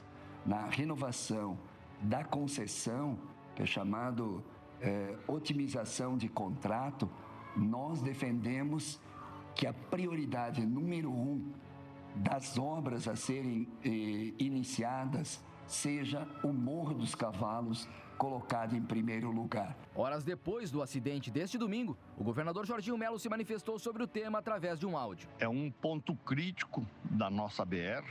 O governo federal sabe, nós sabemos, e nós precisamos encontrar uma solução. Eu não tenho dúvida disso. E eu não tenho dificuldade em afirmar. É um túnel caro, mas é urgente, urgentíssimo nós construí-lo. O governo federal precisa resolver essa pendenga que tem com a Artéries, que é a construção desse túnel. Eu sei que custa 1,2 bilhão. Agora, o que não pode é Santa Catarina continuar sendo prejudicada por falta desse túnel. Imediatamente, entidades ligadas ao tema voltaram a se manifestar sobre uma solução para o local. O presidente da FETransesc cobrou soluções urgentes das autoridades. Nós já temos uma demanda de um projeto de longa data, que tem como propósito ter uma solução de forma mais definitiva em termos de evitar ou minimizar as ocorrências nessa região e, infelizmente, acabou não avançando. Nós entendemos que o momento é oportuno para que, efetivamente, os nossos agentes públicos tomem essa pauta como prioritária, independentemente de qualquer tipo de bandeira política partidária, e que a defesa dos interesses de Santa Catarina seja uma prioridade. Para a Fiesc, o trecho onde está localizado o Morro dos Cavalos representa um gargalo relevante para a eficiência da rodovia e também é uma questão de segurança aos usuários, pelo risco de acidentes e desmoronamentos. Na nossa visão, isso era uma tragédia já anunciada, dada a condição precária dessa rodovia importante de Santa Catarina. E quero lembrar que há muitos anos a Fiesc já vem alertando sobre a necessidade de execução do túnel. Esse túnel já recebeu licença em 2014, licença de implantação, e por falta de recursos e por liberação do próprio governo federal, não foi autorizada a execução dessa importante obra que poderia evitar esses acidentes que ocorreram e que poderão ocorrer novamente se nada for feito. Então, há um descaso com Santa Catarina, um estado que tem contribuído com o governo federal na emissão de recursos para Brasília e tem recebido muito pouco. O Morro dos Cavalos faz parte do território do município de Palhoça, que reivindica uma solução há muito tempo. No acidente de domingo, as equipes da prefeitura foram as primeiras a chegar no local e deram apoio durante as 12 horas de ocorrência. Para o prefeito, não dá mais para esperar. Não será o último acidente, não será o último fato que vai trancar o Morro dos Cavalos, que vai trazer periculosidade. A solução ali, ela já está definida. A solução é a execução de um túnel, onde já teve lá atrás uma licença prévia, onde já teve um projeto desenhado, onde a FUNAI já é favorável, né? Ela quer que isso aconteça, então não é um entrave. O que está faltando é vontade política do governo federal resolver. E por que eu digo governo federal? Muitas pessoas acabam culpando a concessionária, porém essa obra não está no contrato da concessão. Ela precisa ser incluída no contrato da concessão, seja no contrato da Artéries, que está disposta a assumir essa obra, seja no contrato da CCR, que é uma proposta da Fiesc, até porque vai precisar de uma modicidade tarifária e as tarifas de pedágio da região sul são menores. Nós estamos cobrando e continuaremos cada vez mais. Passar a fazer um movimento cada vez maior de pressão para que isso aconteça. Não podemos continuar com essa omissão, tem que acontecer. Palhoça é parceiro, está aqui disposto a ajudar no que for possível e necessário. Em um recente documento enviado pelo senador Esperidião Amin para a NTT, ele sugere a inclusão da obra do túnel no contrato da BR-101 Norte ou Sul e ainda a instalação de um caminhão-guincho permanente na região, reforçando a necessidade apontada por um abaixo-assinado de caminhoneiros. O pedido é para agilizar o atendimento a acidentes e reduzir o transtorno causado aos usuários da rodovia, frequentemente impactados por longos congestionamentos. Por nota, a NTT informou que este trecho da BR-101 em Santa Catarina já é alvo de estudos para obras que melhorem a segurança e a fluidez do tráfego.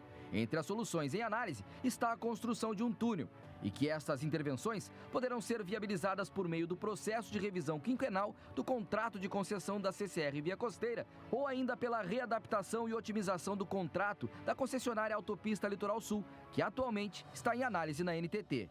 Sobre a obra do túnel do Morro dos Cavalos, a Artérias Litoral Sul, concessionária do trecho, informa que não há previsão contratual para a execução desse projeto e reforça que considera positiva a iniciativa de revisão e modernização dos contratos de concessão rodoviárias federais, política que pode acelerar investimentos em infraestrutura, gerar empregos e promover o desenvolvimento socioeconômico nas regiões atendidas. Enquanto a obra não sai do papel, 50 mil veículos continuam percorrendo o perigoso trecho diariamente, com o transtorno do atraso, o medo de acidentes e a esperança de um dia ver a luz no início e no fim do túnel.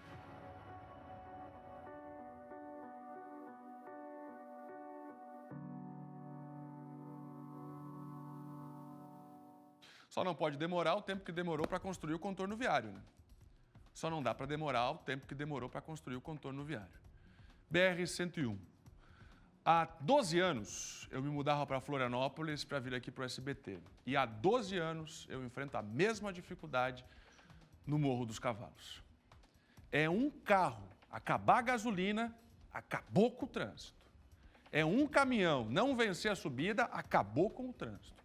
E aí, infelizmente, no final de semana a gente assistiu um episódio que foge completamente da rotina do Morro dos Cavalos, mas é acidente, pode acontecer. E olha ali no que deu. A pergunta é, será que a estrutura do trânsito da rodovia, a infraestrutura da rodovia dessa BR federal, nesse momento, ela oferece a capacidade de absorver esse trânsito tão carregado que é o da 101 nesse trecho do Morro dos Cavalos? Será que não dá para fazer algo paliativo, esticar a faixa, discutir com os indígenas para oferecer mais estrutura, uma área de escape, por exemplo? Nós vamos ficar discutindo o fechamento do Morro dos Cavalos. Em 2 anos a gente está falando de queda de barreira, de chuva, de poste que caiu, de iluminação elétrica, agora de incêndio.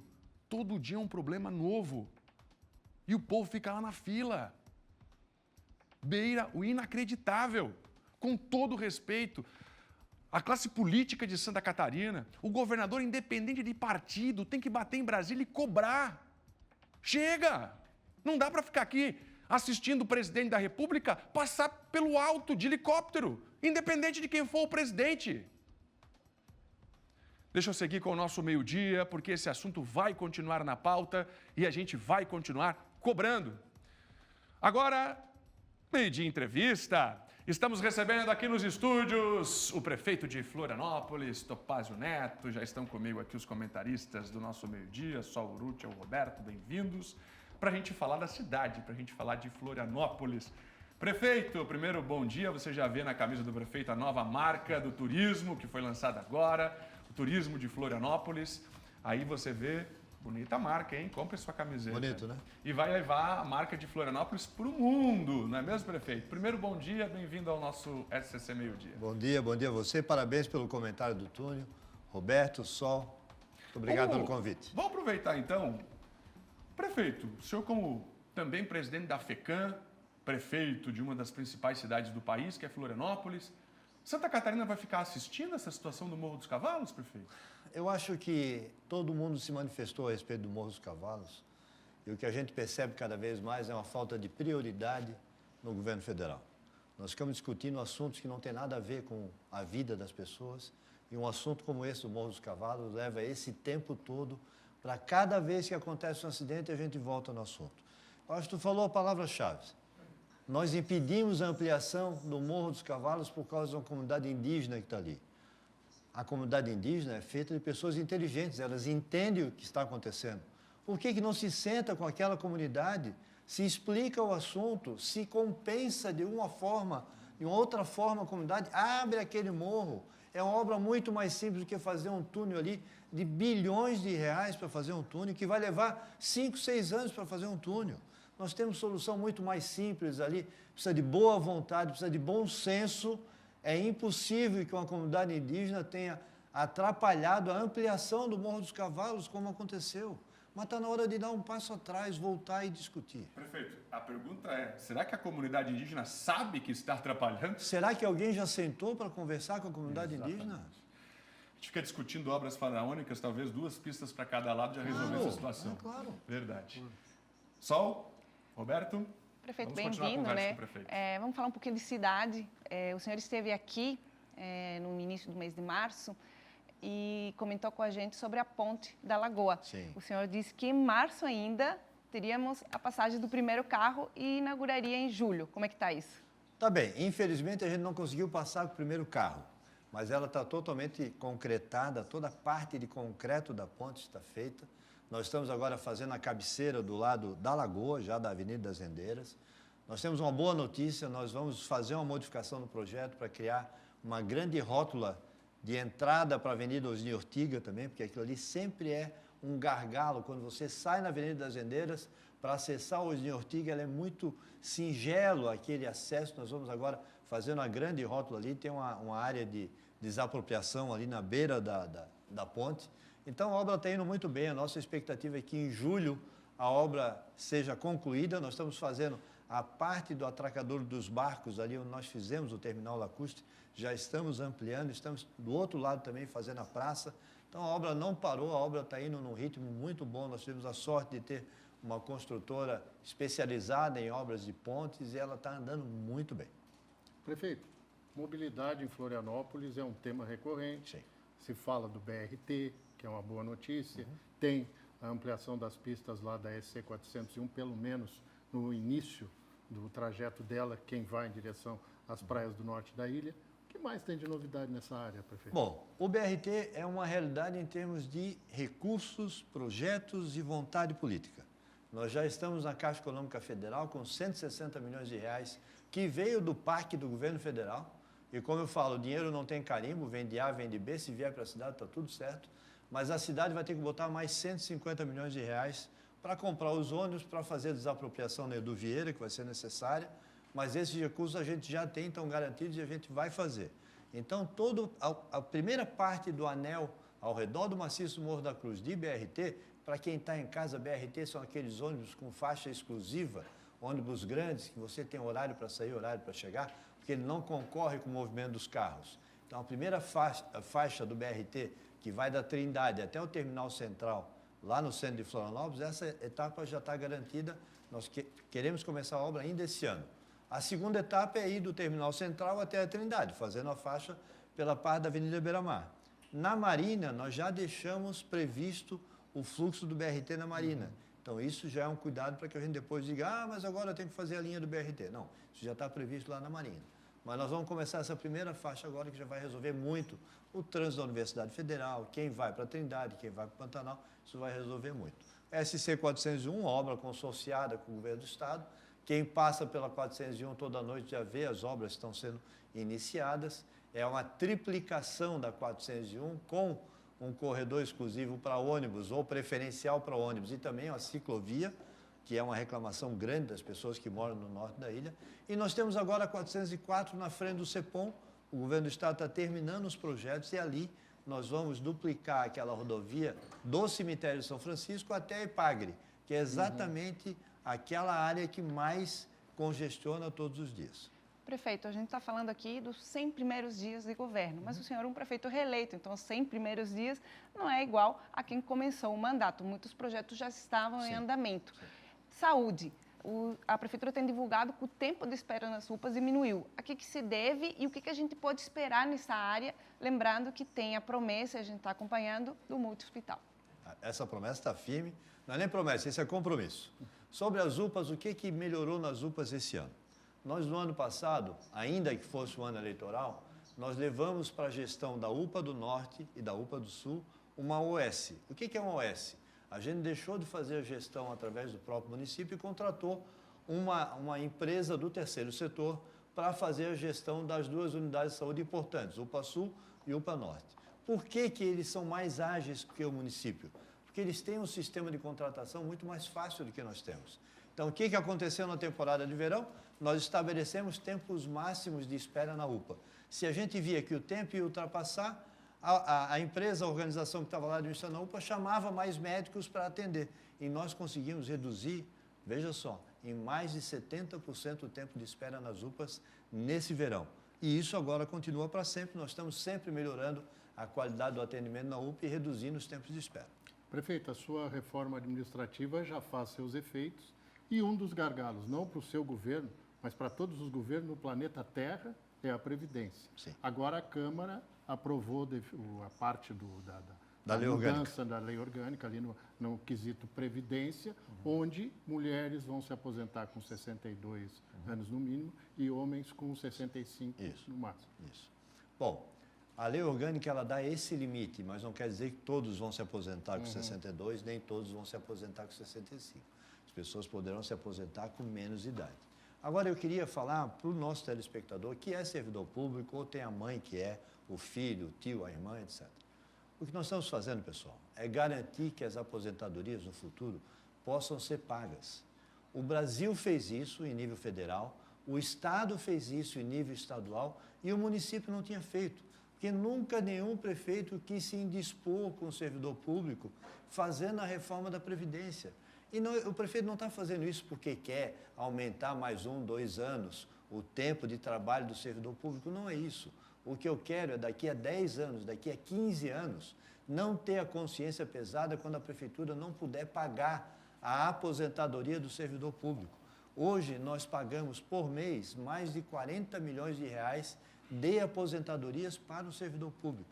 Nós vamos continuar com esses pagamentos, só que eu tenho que ter um nível de arrecadação que permita que as pessoas recebam aposentadoria daqui a 10, 15 anos. Nós estamos fazendo um ajuste que é muito melhor do que a União fez, é praticamente igual ao que o Estado fez e a gente ainda está tomando cuidado. Eu pedi para o sindicato me dar sugestões faz um mês. Quantas eles deram? Nenhuma. Mesmo assim, os nossos vereadores da base me procuraram, a gente fez alterações no projeto, o projeto está melhor do que o projeto inicial que eu mandei para a Câmara, que foi aperfeiçoado pelos vereadores.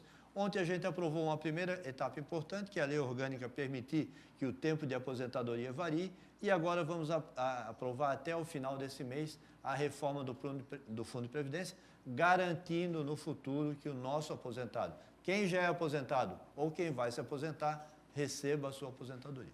Prefeito, uma informação, uma notícia que a gente está aguardando ansiosamente é a questão da Marina da Beira-Mar, TRF4 aí se manifestando, aguardamos a licença, como é que está isso? Bom, eu sou otimista por natureza, já falei várias vezes que eu confio que nós vamos dar ainda no primeiro semestre a ordem de serviço para que a Marina comece a ser construída. A economia do mar é o que mais cresce no mundo inteiro. Nós somos uma ilha com 42 praias, que nascemos pelo mar, trabalhamos pelo mar e a nossa economia parte e vem para o mar. Houve uma discussão se era o IBAMA, que é o órgão federal que deveria dar o licenciamento, ou se era o IMA, que é o órgão estadual que deveria dar o licenciamento. O TRF4, que é o nosso tribunal lá de Porto Alegre, mandou parar tudo até que isso tivesse uma conclusão. Bom, o nosso procurador-geral do município, doutor Freta, o nosso Juliano Rich, secretário, entraram em campo, foram atrás, nós fomos no IBAMA, e o IBAMA disse, olha, não é com a gente, isso é com o órgão estadual, com o IMA, como já vinha sendo feita. E o IBAMA agora formalizou, deu um documento dizendo, não é com o IBAMA, é com o IMA. Isso já está no processo. Sexta-feira, nós temos uma reunião na Justiça Federal com o doutor Valmor, que é o procurador federal, e nós esperamos sair na sexta-feira com o acordo firmado para que se diga, é o IMA que vai licenciar e que agora o processo pode continuar e eu acredito que mais 3, 4 semanas a gente consiga finalmente dar a ordem de serviço para que a Marina comece. Prefeito, tem acompanhado a abertura de empresas aqui em Santa Catarina, Florianópolis tem liderado, é um sucesso. O porquê? E mais do que isso, me questionaram recentemente se a prefeitura vai colocar um dinheirinho na mão do empresário, aquele dinheirinho, aqueles 5 mil, aquele 10 mil que vem, a prefeitura paga os juros, aliás, paga a última, lembra dessa história toda? Vai ter dinheirinho para os empresários, os microempresários nesse ano, prefeito? Vai. Primeiro é o seguinte, por que todo mundo está vindo para Florianópolis? Porque nós somos a capital que é mais sustentável do Brasil, a mais amiga do empreendedor, a que mais cresce, onde tem um povo mais trabalhador e um povo mais acolhedor. Nós ganhamos muito prêmios pelo Brasil afora, mas o prêmio que eu mais valorizo é o seguinte, quando eu viajo, eu estou em outro estado, eu estou em outro lugar, as pessoas vêm me falar assim, prefeito, olha, eu quero me aposentar um dia e morar na sua cidade. Isso é prova, pessoal, de todos nós que moramos em Florianópolis, o trabalho que a gente faz para tornar essa cidade cada vez mais irresistível para as pessoas que querem vir para cá. E a classe empresarial vem para abrir negócio, abrir empresa, gerar emprego, gerar renda, gerar impostos municipais. Nós temos um rol, um conjunto de, digamos assim, serviços da prefeitura para ajudar esse empreendedor, incluindo o juro zero, onde nós emprestamos até R$5 mil. Também é lá com o nosso secretário Juliano Pires, que está reformulando todo o programa e a gente deve relançar em breve com novos valores para que as pessoas possam ter aquela ajuda que falta ali para abrir o seu próprio negócio. Nova marca do turismo, o senhor está estampando aí na camiseta. Mas a pergunta é, a prefeitura em ação junto com o Sebrae, sim, mapeou aqueles 100 lugares. 100 pontos.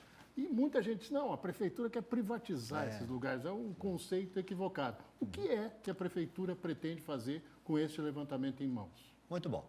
Nós recebemos esse ano 3 milhões de turistas em Florianópolis. É muita gente. Isso é 6 vezes a população que passou aí em 4, 5 meses, passou pela cidade. Esses 3 milhões de turistas deixaram 500 milhões de reais, eles gastaram no comércio, no serviço da cidade. Esses 500 milhões de reais é um dinheiro que não existia na cidade. Esse dinheiro entrou na economia, vai ficar girando na economia durante um bom tempo. Então, não tem como dizer que o turismo não é uma atividade importante para a cidade. É, sim, uma das mais importantes. E o que nós fizemos agora foi replanejar o turismo para os próximos 10 anos. Então, nós chamamos o Sebrae, que é um grande parceiro da prefeitura, e dissemos o seguinte, Sebrae, faz um mapeamento, lista para mim quais são os 100 principais pontos turísticos de Florianópolis. E não é só listar, porque listar talvez eu listasse 50, mas é listar e fazer um levantamento e dizer, esse ponto turístico, vou dar um exemplo, Mirante da Lagoa da Conceição, é um ponto turístico? Claro que é. Como é que ele está? Está bom, está ruim, precisa melhorar, o que eu devo fazer, quem é que vai lá no Mirante, quem não vai? E a partir disso a gente fez um planejamento para o Mirante da Lagoa da Conceição, que vai ter de obra, melhoria, etc. Mirante do Morro da Cruz, é um outro ponto turístico. Aí as pessoas, toda hora que me chamam, dizem assim, ô prefeito, eu vou lá no Mirante, eu estou com sede, eu não tenho onde comprar uma água, não tenho onde comprar um refrigerante, eu quero ir no banheiro, não tenho um banheiro. Então, por que nós não chegamos lá no Mirante e fazemos não a privatização? O Mirante vai continuar sendo gratuito para o resto da vida.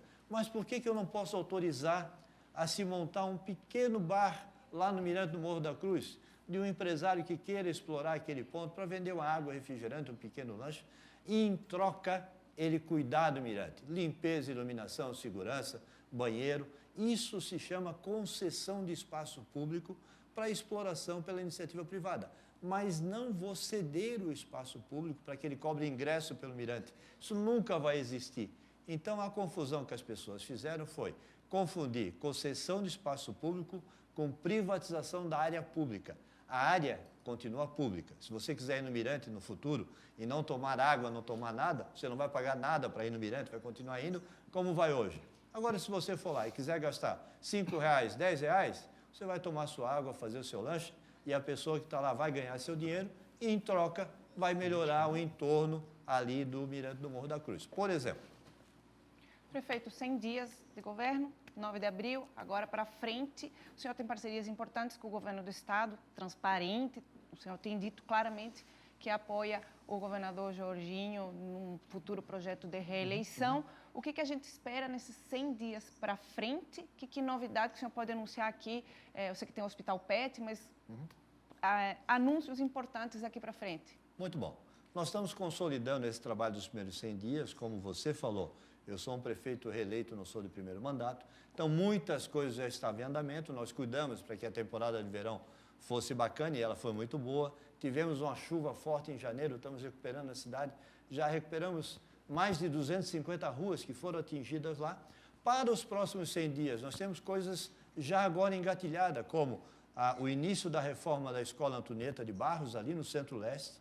Acabamos de receber a concessão do antigo prédio do Correio e vamos instalar no antigo prédio do Correio, na Praça 15, a Secretaria Municipal de Educação para revitalizar aquele espaço. Vamos agora lançar o edital para o primeiro hospital veterinário da cidade. E a novidade, se você adotar um cãozinho no DIBEA ou um gatinho, você vai ter o serviço do hospital gratuito para o resto da vida. Às vezes as pessoas não adotam porque ficam com medo. Quando eu precisar de uma consulta veterinária, vai custar caro, eu não tenho dinheiro. Mas lá no DIBEA, se você adotar um dos nossos animaizinhos, o hospital é gratuito para sempre. E nós temos muitas outras coisas, mas eu quero destacar uma. Nós acabamos de fechar um acordo com o Tribunal de Contas do Estado, junto com a entidade Todos pela Educação, e nós vamos fazer uma revolução na educação da cidade. Nós não podemos nos contentar, enquanto cidade, enquanto cidadão, de estar muito abaixo dos indicadores de desempenho da educação básica do município. Então, agora, o nosso secretário, Tiago Peixoto, veio para que a gente possa, no prazo de até o final do nosso mandato, levar de novo Florianópolis para os indicadores de educação, os primeiros 3 do Brasil, e é isso que a gente está trabalhando. Obrigado. Perfeito. Prefeito, muito obrigado pela participação aqui, pela visita, trazendo informações importantes para o morador de Florianópolis, para Santa Catarina inteira, que fica sempre dando aquela espiada também do que está acontecendo na nossa capital. Prefeito, obrigado. Sol, Roberto, daqui a pouco vocês voltam com outras da política. Bom trabalho, prefeito. Obrigado pela oportunidade. Topázio Neto, prefeito de Florianópolis, com a gente hoje aqui. Agora, SCC Comunidade.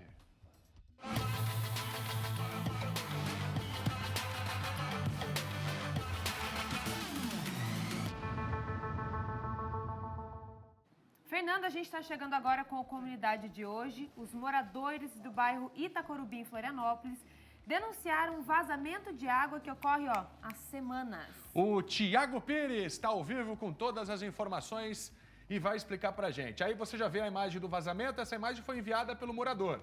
Falando o seguinte, Fernando, Maria, olhem aqui, olha a água vazando, água potável, hein? Tiago Pires está acompanhando de perto essa história e vai contar para a gente. O que você descobriu aí, Tiago? Tem água vazando ou não tem água vazando? Tem bastante, Fernando. A água tem bastante, mas vazando. Porque na casa das pessoas não tem nada, viu? Os moradores aqui de cima, nós estamos bem no Itacorubi, como você disse, Morro do Quilombo, aqui, toda essa região, a água está oscilando bastante. Tem momentos que eles ficam sem água. E a resposta e a explicação já mostro para ti. Aqui, ó, esse povo todo está aqui reclamando. Eles estão representando todos os outros moradores. Essa imagem que você viu aí é essa aqui, ó. Irioto, vê se consegue mostrar. Tem uma emenda, que tinha uma luva que foi colocada pela Casan há umas boas semanas atrás, que eles vieram já tentar fazer um reparo. Nada foi feito, nada aconteceu, a luva não aguentou e olha o vazamento, água limpinha, potável. Olha a quantidade de água que está vazando por aqui, Irioto, cuidado aí para não escorregar. É isso, Fernando, e Maria, por conta deste vazamento aqui, essa comunidade está sem água. E mais do que isso, já foram 1, 2, 3, 4 protocolos para a Casan avisando que está assim e nada até agora. Dona Ilza, reclamação não falta lá, né? O que mais tem é reclamação, né? O pessoal recebe água muitas das vezes de madrugada por algumas horas. No amanhecer ele já não tem mais uma gota d'água. É morador que reclama que está 2, 3 dias sem água e nossa água limpa e cristalina, que era para estar nas nossas torneiras, está indo fora. Protocolo já existe na Casan, eles sabem. Protocolo já tem 4, feito por nós, sem falar nos protocolos feitos por alguns moradores dentro da comunidade. Tem um havaiano aqui que está aqui, ó, gol contra isso aí, né, havaiano? Não tem como, né? Não tem como. A água falta, chega de madrugada, já não tem mais água e depois só volta a tal hora e ele está jogando tudo fora aqui. Água limpinha. Água limpinha. A água que está lá na sua casa não era para estar na caixa d'água e na torneira, está jogando na cachoeira. Boa. Essa é a turma que está aqui, ó, todos reivindicando, fizeram questão de estar aqui junto com a gente para mostrar esses casos. O problema maior, Maria e Fernando, é que a Casan já sabe, já foi feito protocolo, eu estou com todos os números dos protocolos aqui, e não vieram até agora fazer esse conserto. E está aqui, ó, água vazando, isso é água limpa. Quantas pessoas hoje não tem água e aqui água vazando, em vez de estar na casa das pessoas. Agora chegou o seguinte, chegou uma nota, viu, Fernando, Maria? Irionto, chega mais aqui, vamos ler a nota que chegou. Na verdade, foi uma mensagem que chegou aqui, tá? Serviço entre os próximos a ser executado. Provavelmente hoje à tarde. Essa é a nota que a Casan enviou para a nossa produção. Está entre os próximos a ser executado e o provavelmente, essa palavra aqui, provavelmente hoje à tarde.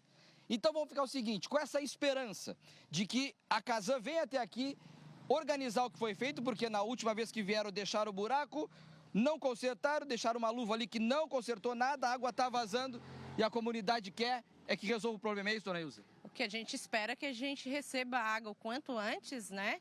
Porque é inadmissível, né? Questão de falta de água. A água para nós é um serviço básico de sobrevivência, né? Um produto que não pode faltar nas nossas torneiras. Então, esperamos que a Casan, que ela realmente venha e conserte, né? Não só coloque uma luva, como foi feita na vez passada, e a água continua aí. Conserte o problema. Exatamente. Vamos sentar aqui? Vamos fazer aquela última? Irionto, chega mais aí. Aqui, pertinho, pertinho. Assim, ó. Vamos tirar o óculos? Olho no olho, Casan. Olho no olho, Casan. Semana e meia aqui para resolver o problema. Protocolo já tem. Nada foi feito até agora. A nota diz que provavelmente hoje à tarde, então vamos esperar. Mas é isso. Casan, bora resolver o problema aqui do Itacorubi, aqui do Morro do Quilombo. A comunidade está esperando. Vamos ficar esperando eles aqui? Vamos ficar esperando. O pessoal não vai almoçar, vamos ficar esperando aqui. Vamos continuar proseando, conversando aqui, aguardando a chegada da Casan. E a gente informa vocês aí. Fernando, Maria, fique com as imagens aí desse problema que o pessoal do Itacorubi está enfrentando aqui. É isso, Tiaguinho. Vamos continuar em cima, cobrando as soluções, né? Obrigada pelas informações. Agradece também a comunidade que nos chamou hoje lá para fazer essa reclamação. Vamos de previsão do tempo agora? Roda a vinheta.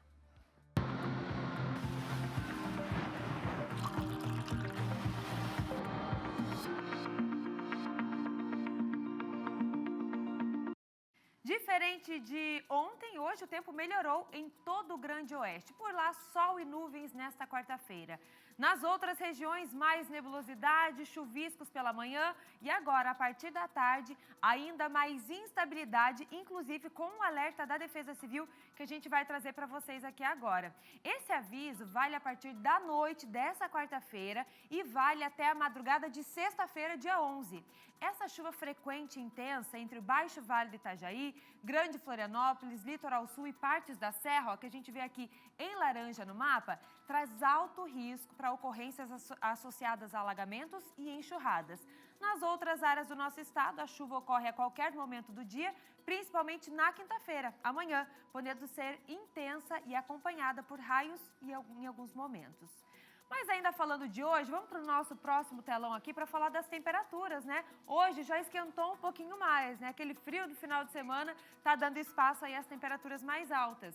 Ó, extremo oeste, 25 graus de máxima hoje, região oeste tem 24 nos termômetros, 23 no meio oeste também na Serra Catarinense e no Planalto Norte. Esquenta mais no Vale, região de Blumenau, hoje pode chegar aos 28 graus. 26 na Grande Florianópolis, sul do estado com 24, região de Joinville também esquenta mais, norte do estado com 28 nos termômetros. Na quinta-feira, o tempo fica firme em todo o Grande Oeste, também parte dos Planaltos, com predomínio de sol, poucas nuvens, já que para o leste catarinense, da parte central até o litoral, a chuva persiste e ocorre forte em alguns momentos, né, valendo aquele alerta que eu falei para vocês ali, também por conta da circulação marítima, especialmente entre o litoral sul e a Grande Florianópolis. Isso amanhã.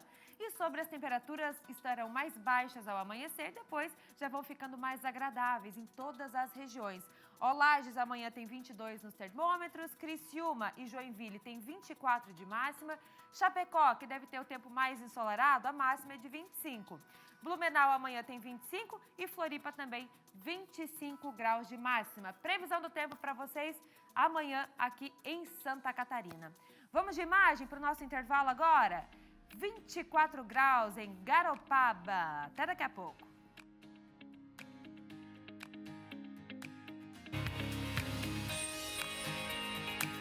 Estamos de volta com o SCC Meio-Dia.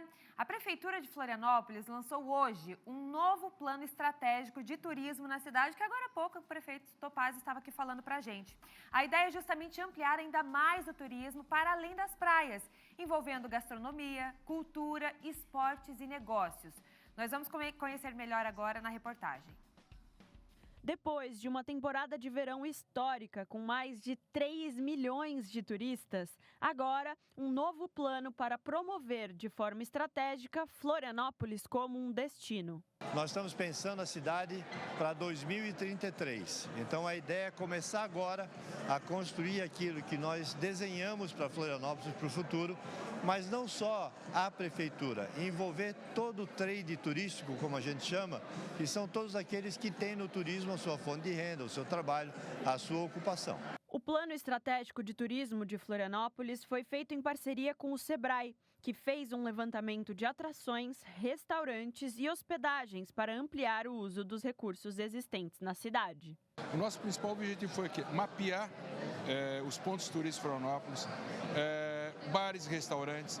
E o trabalho do Sebrae é muito importante nesse sentido, de cada vez mais contribuir para o desenvolvimento de uma atividade tão importante de Florianópolis, que é o turismo. E nós temos esse papel e a expertise de fazer entregas posteriores, inclusive na execução desse plano. Aliado ao plano, também veio o lançamento de uma marca para consolidar a essência do município com o slogan Energia que Conecta. Surgiu a necessidade de a gente, dentro do planejamento estratégico, consolidar uma nova marca de turismo para a cidade.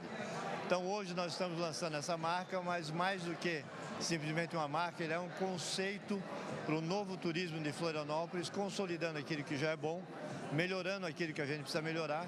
A ideia é que a marca seja divulgada amplamente em locais como feiras de turismo espalhadas pelo país. Nós temos todo um planejamento de promoção da cidade fora de Florianópolis, né? Então, nós participamos de várias feiras internacionais, nacionais, e nós usamos todo esse material, de fato, para tracionar novos turistas para Florianópolis, seja na temporada de verão, ou seja para convention que a gente chama, né? Que é um turismo de convenções e reuniões.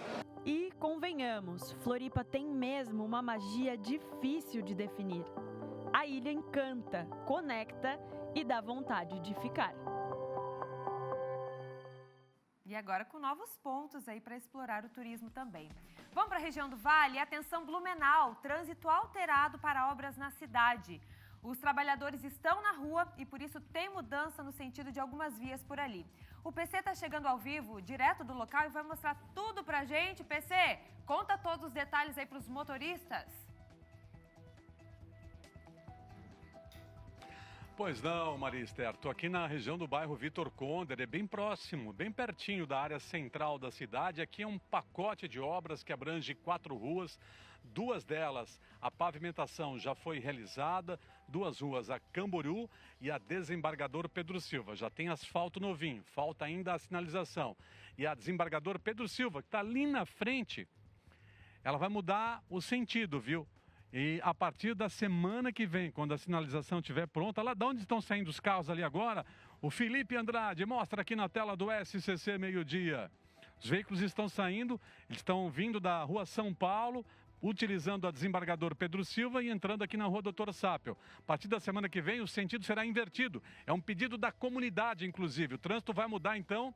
Quem está aqui na Rua Doutor Sápio vai poder utilizar Desembargador Pedro Silva em direção à Rua São Paulo. Então, a Rua Camboriú, Maria, e a Rua Desembargador Pedro Silva, asfalto novinho. Agora, aqui na Rua Doutor Sápio, ó, ela está parcialmente interditada, como a gente mostra.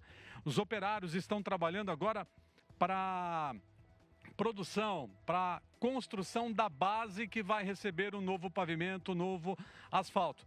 Aqui, Maria, uma rua antiga, com aquele paralelepípedo. Pois então, ele foi todo arrancado e a rua vai receber um asfalto novo. A Rua Timbó também vai receber asfalto novo. Esse aqui é o homem que garante a qualidade da obra. Deixa eu te perguntar, que material que está sendo colocado aqui E vocês conseguem garantir qualidade mesmo na obra? Boa tarde, tudo bem? Sim, a gente está executando a parte de subbase agora, né, do pavimento. Teve que fazer algumas alterações de projeto, até devido a isso ao atraso um pouco, né? E agora a gente está na parte de conclusão, já estamos acabando a subbase e vindo com a base. A partir da base, depois aí recebe a pavimentação asfáltica. Tem a subbase e tem a base. Exatamente, para garantir o conforto no tráfego, né? Muito bem. Melhorou para você, Floripa já melhorou muito com aquela onda de calor que foi embora, agora melhorou para trabalhar nesse. O calor é complicado para nós, sim, atrasa, mas a chuva nos atrasa mais ainda, né? Então... Valeu, Lucas. Um abraço, obrigado, abençoado. Bom trabalho, Cíntia Pires. Estou devolvendo, então, os trabalhos prosseguem por aqui para a construção de um novo asfalto na rua Doutor Sapel. O trânsito está interditado. Eu volto com você, Marista. 27,8 a temperatura por aqui, atualizando agora. Eu falei, vai chegar nos 28 por aí, hein? Calorão ali em Blumenau. Obrigada, PC, pelas informações. É isso, você motorista, as dicas aí de mudanças no trânsito em Blumenau. Por hoje era isso. Obrigado, Maria, equipe, pela parceria. A gente se vê amanhã, quinta-feira, 11h15, aqui no SBT, com outras notícias. Então, cuide-se e até lá. Até, Fernando. E a gente segue com a Tarde é Nossa. Vamos lá.